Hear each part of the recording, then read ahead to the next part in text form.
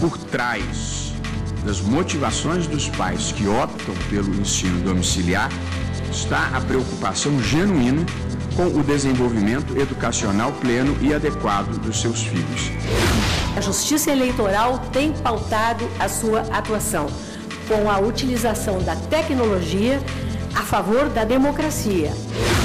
O MPF decidiu promover ação coordenada com o objetivo de vistoriar prédios históricos com risco de incêndio e estruturas abaladas. Cada pessoa que busca ajuda recebe orientações de como fazer um bom planejamento financeiro e gastar dentro do limite do salário.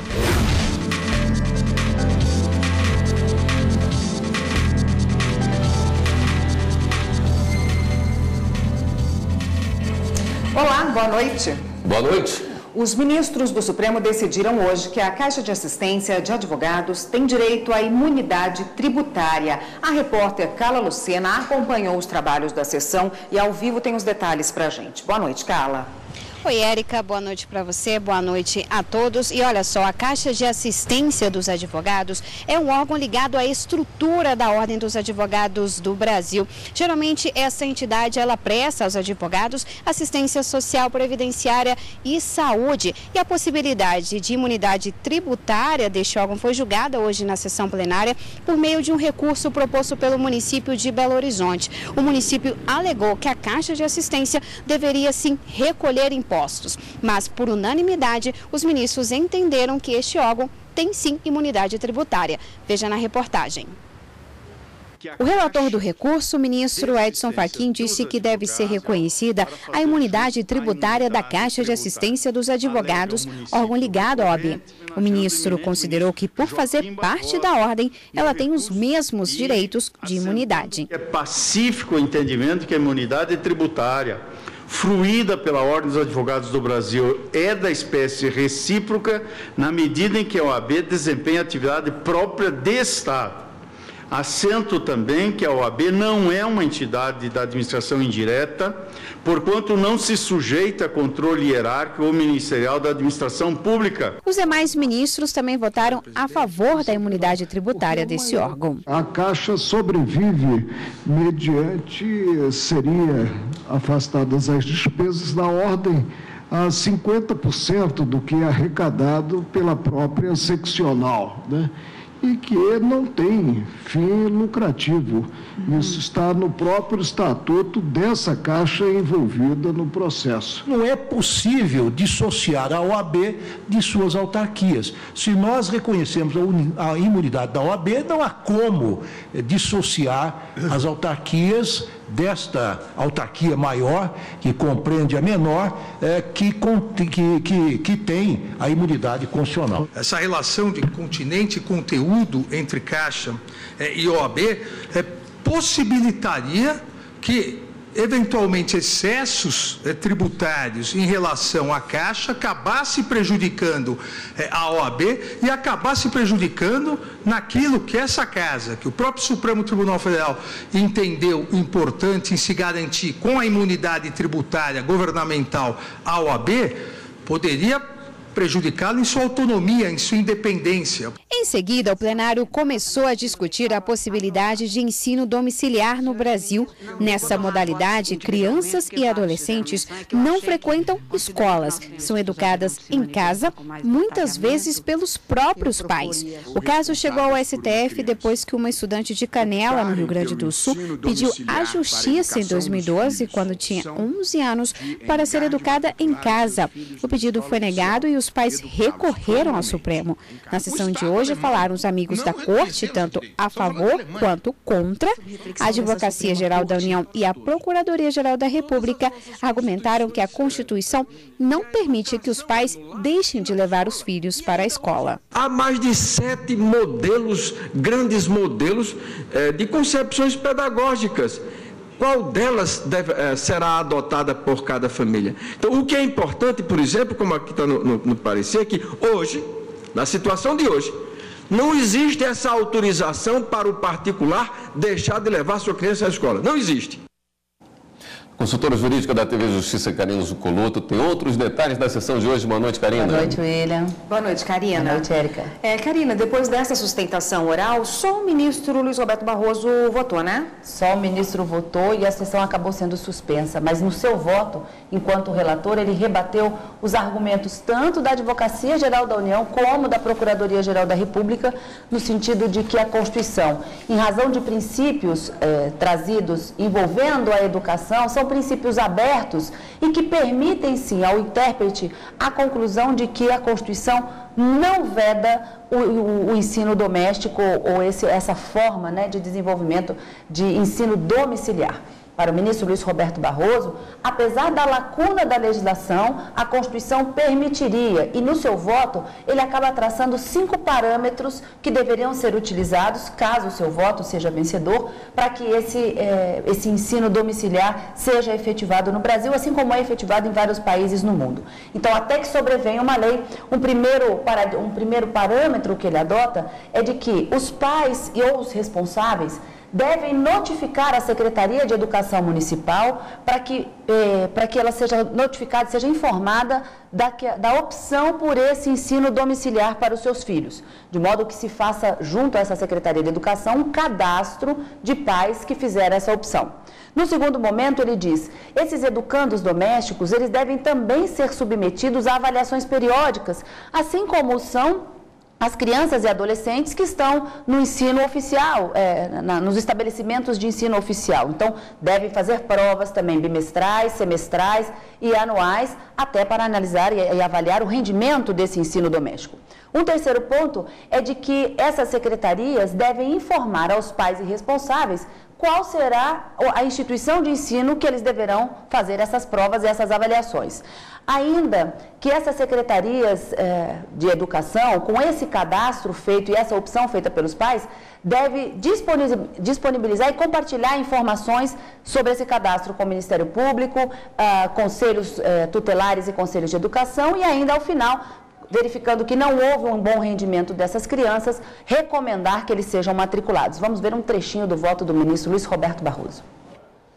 Por trás das motivações dos pais que optam pelo ensino domiciliar está a preocupação genuína com o desenvolvimento educacional pleno e adequado dos seus filhos. Nenhum pai ou mãe faz esta opção, que é muito mais trabalhosa, por preguiça ou por capricho ou por desfastio. Karina, julgamento não concluído. Volta semana que vem.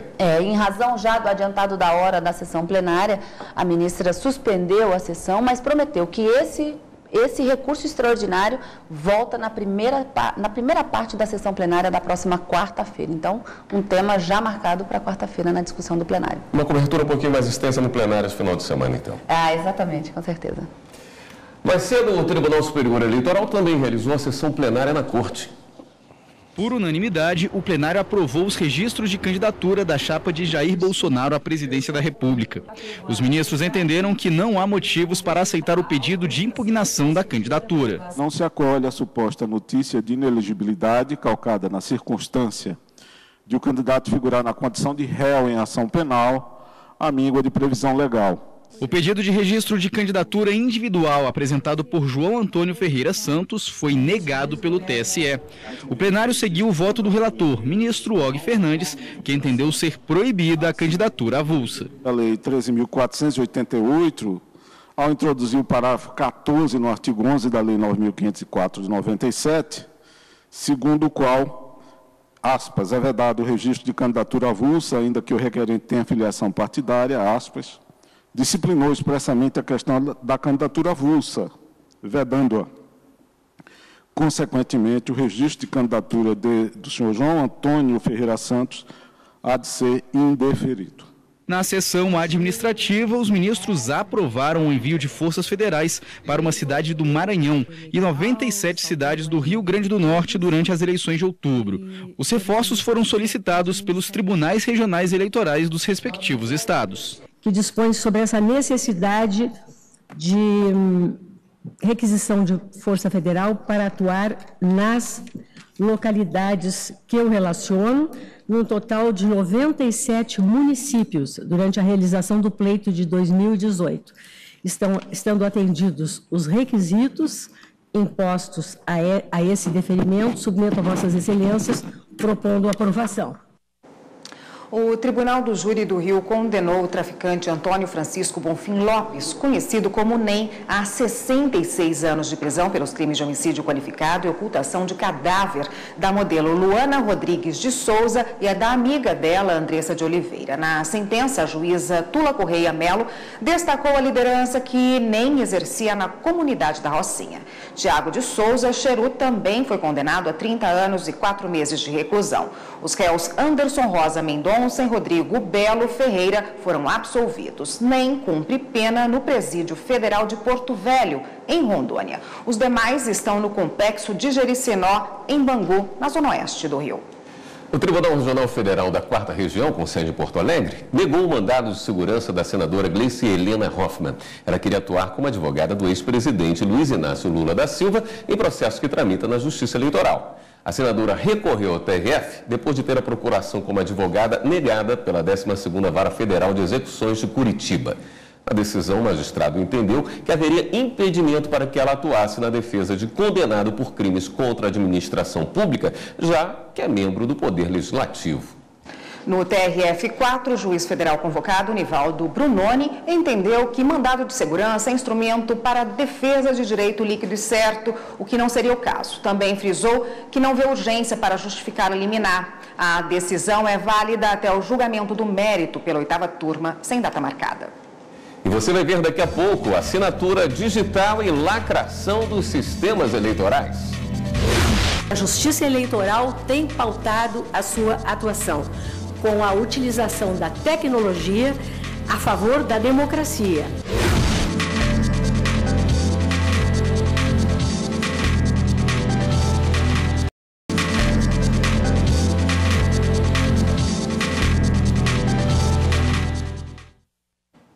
O candidato do PSL à presidência, Jair Bolsonaro, levou uma facada na região do tórax durante um ato de campanha em Juiz de Fora, Minas Gerais, na tarde de hoje.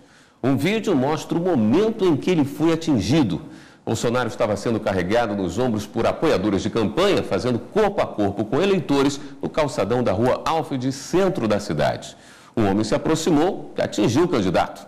Inicialmente, o deputado estadual Flávio Bolsonaro, um dos filhos dele, disse que o ferimento foi superficial, mas o candidato foi levado para a Santa Casa, onde passou por cirurgia.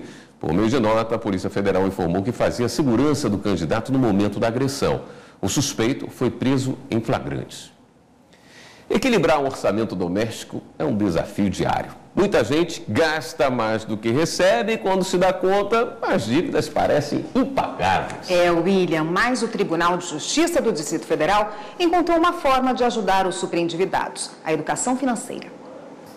As contas foram se acumulando, a ponto de comprometer 80% da renda de Angélica.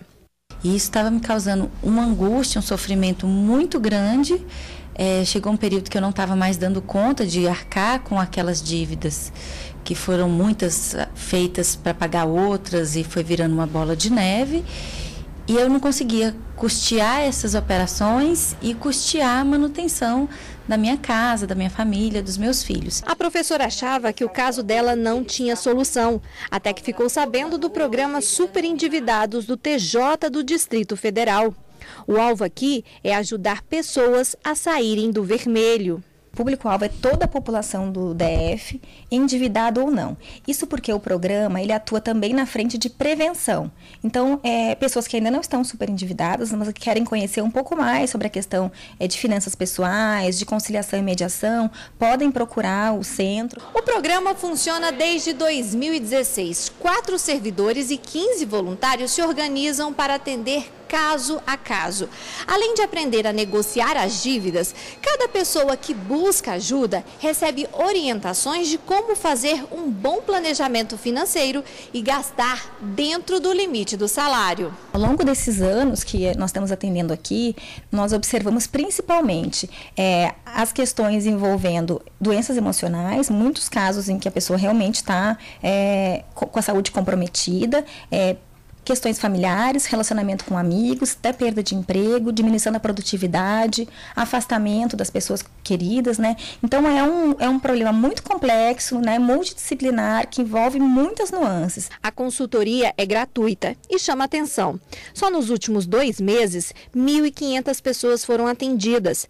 Para participar, o primeiro passo é mandar um e-mail para o programa, com dados pessoais e explicando os detalhes da crise financeira que está enfrentando. Depois, é só aguardar a resposta com as instruções para fazer o cadastro e ser chamado para atendimento. A preferência é por moradores do Distrito Federal, mas algumas consultas online também são respondidas. O TSE realizou a assinatura digital e a lacração das mídias com os sistemas de software que serão utilizados nas urnas eletrônicas. O evento foi acompanhado por ministros, representantes da Polícia Federal e da Procuradoria-Geral Eleitoral. A presidente do Tribunal Superior Eleitoral, ministra Rosa Weber, reforçou a importância da assinatura digital dos sistemas de software, como forma de garantir a integridade das eleições e a inviolabilidade do sistema de votação. Essa cerimônia de assinatura digital e lacração dos sistemas eleitorais, ela marca a reafirmação do compromisso dessa justiça eleitoral com a preservação dos 2 alicerces básicos do sistema democrático: a segurança e a transparência. Com a lacração, conclui-se a fase de compilação dos códigos-fonte que compõem o sistema eletrônico de votação. Além da ministra Rosa Weber, assinaram digitalmente o perito criminal da Polícia Federal, Marcelo Silva, e o vice-procurador-geral eleitoral, Humberto Jacques. A democracia, vale sempre enfatizar, valor permanente que ela demanda, ela reclama incessante renovação de esforços para o seu aperfeiçoamento. Nesse sentido, é que a Justiça Eleitoral tem pautado a sua atuação, com a utilização da tecnologia a favor da democracia, refinando constantemente os mecanismos de fiscalização e de auditabilidade. O secretário de Tecnologia da Informação do TSE, Giuseppe Giannino, explicou que o sistema que irá para as urnas neste ano tem cerca de 120 programas. Além de garantir a autenticidade do pleito, a assinatura digital evita qualquer tentativa de fraude ou adulteração. É que ao ser inserido na urna, o sistema só é aceito se verificadas as assinaturas. Quando forem acionadas, o primeiro passo que a urna eletrônica faz é justamente ler essas assinaturas. Isso significa que a urna eletrônica não funciona se ali estiver um software que não seja assinado pelo Tribunal Superior Eleitoral, pelas autoridades que assinarão agora nessa fase final, ou se algum dos programas tiver sido alterado, seja por um ponto ou por uma vírgula. Após a assinatura, 2 mídias foram gravadas e lacradas. Elas ficarão guardadas na sala cofre do Tribunal Superior Eleitoral para eventual verificação e auditoria. A Polícia Militar da Paraíba vai aumentar a segurança em torno do Tribunal de Justiça do Estado. As rondas da Polícia Militar vão reforçar o sistema de segurança no entorno do TJPB e do anexo administrativo. A Comissão de Segurança do Tribunal e o 1º Batalhão da Polícia Militar de João Pessoa se reuniram para tratar do fortalecimento da integração entre as instituições. Isso não vem servir somente ao funcionário do Poder Judiciário, mas ao público em geral que procura o Poder Judiciário. A gente vai efetivar melhor a segurança pública neste entorno, para que as pessoas que aqui laboram, as pessoas que aqui transitam e as pessoas que aqui passam, ou seja, o público em geral, possa ter a sensação de segurança que é necessária. Outro assunto abordado durante a reunião com os membros da Comissão de Segurança do Tribunal foi o avanço da implantação do projeto Acesso Seguro nas comarcas do Estado. A iniciativa diz respeito principalmente à segurança interna por meio de uma política de controle de acesso. A gente está executando um plano de extensão do projeto, né? A gente concluiu o Fórum Criminal, ele já está pronto para ser inaugurado pelo presidente. Através do sistema Vista, a gente vai ter o controle de quem está entrando, o horário que a pessoa está entrando e o horário que a pessoa está saindo, a frequência com que essa pessoa está nos prédios do Poder Judiciário. O acesso seguro atende aos termos da Resolução número 11/2017 do Poder Judiciário paraibano, que estabelece as normas de segurança para o ingresso e permanência de pessoas nas dependências do Tribunal e de suas unidades judiciárias. O programa Link CNJ desta semana tem uma entrevista especial de Renato De Vito, chefe do Departamento de Fiscalização do Sistema Carcerário do Conselho Nacional de Justiça. Ele fala dos avanços e dos desafios do sistema. O programa também fala da mediação digital, a ferramenta do CNJ que facilita a solução extrajudicial e judicial de conflitos entre o cidadão e instituições financeiras. E ainda as notícias do CNJ e de tribunais pelo Brasil. O Link CNJ vai ao ar hoje, às 9h30 da noite, aqui na TV Justiça. E você vai ver a seguir no Jornal da Justiça, Ministério Público Federal de olho nos prédios públicos. O MPF decidiu promover ação coordenada com o objetivo de vistoriar prédios históricos com risco de incêndio e estruturas abaladas.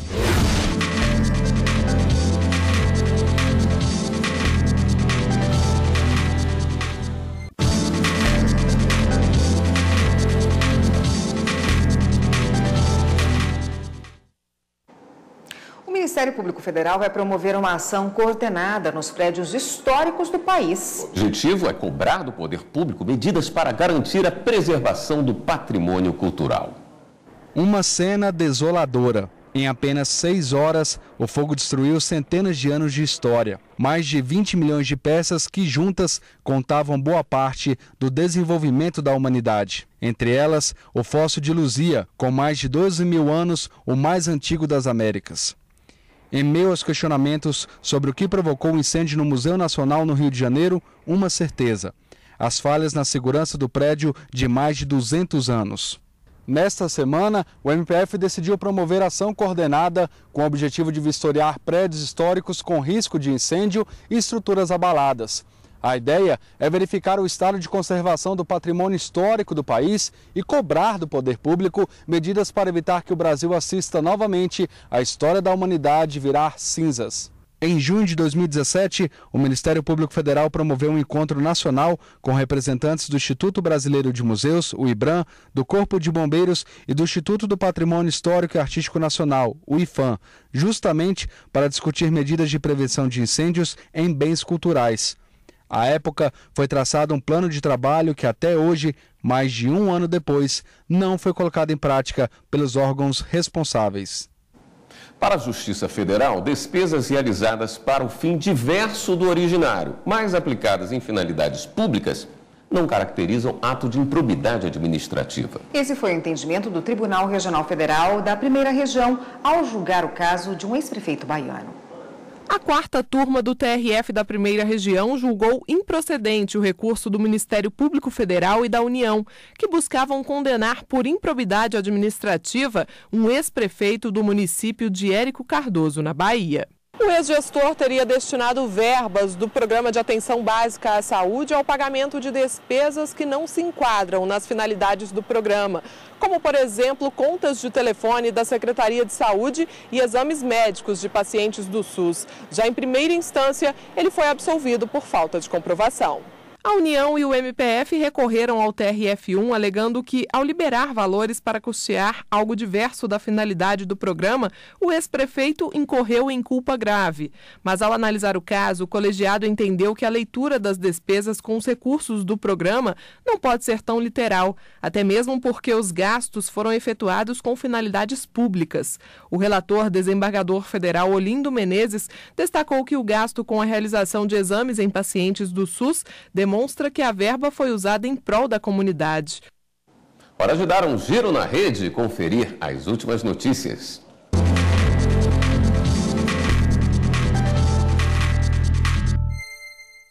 Vamos então à redação do Jornal da Justiça falar com a repórter Viviane Novas, que é quem tem as novidades de hoje para a gente. Boa noite, Viviane. Boa noite, Érica. Boa noite a todos. Olha, a gente começa o giro com uma notícia do STF que chegou agora há pouco aqui na redação. O ministro Celso de Mello rejeitou o pedido da defesa do ex-presidente Luiz Inácio Lula da Silva para suspender a decisão do Tribunal Superior Eleitoral que barrou a candidatura dele. Para o ministro, o recurso apresentado contra a medida ainda não chegou efetivamente ao Supremo e, por isso, não é possível suspender a decisão do TSE. Mais cedo, o ministro Edson Fachin rejeitou outro pedido para suspender a inelegibilidade de Lula. E agora uma notícia do Rio de Janeiro. O Tribunal Regional Federal indeferiu o registro da candidatura do ex-governador Antony Garotinho. A medida se baseou na condenação dele por improbidade administrativa em julho passado. Ele teria desviado 234 milhões de reais da área da saúde entre 2005 e 2006, quando era secretário de governo. A decisão do TRE cabe recurso. E o Tribunal Regional Federal da 4ª Região, em Porto Alegre, divulgou hoje o bloqueio de bens de envolvidos em contratos de prestação de serviços de saúde em vários municípios do Paraná. Segundo a denúncia, houve desvio de verba federal e enriquecimento ilícito na execução de serviços que chegariam a 183 milhões de reais. E o giro fica por aqui. Todas as notícias do Jornal da Justiça estão lá no YouTube. Acesse TV Justiça Oficial. Até mais. Voltamos agora ao estúdio. Obrigado, Viviane. E o Jornal da Justiça, segunda edição de hoje, também fica por aqui. Uma boa noite para você. Boa noite. Continue com a programação da TV Justiça. A gente se vê amanhã. Até lá.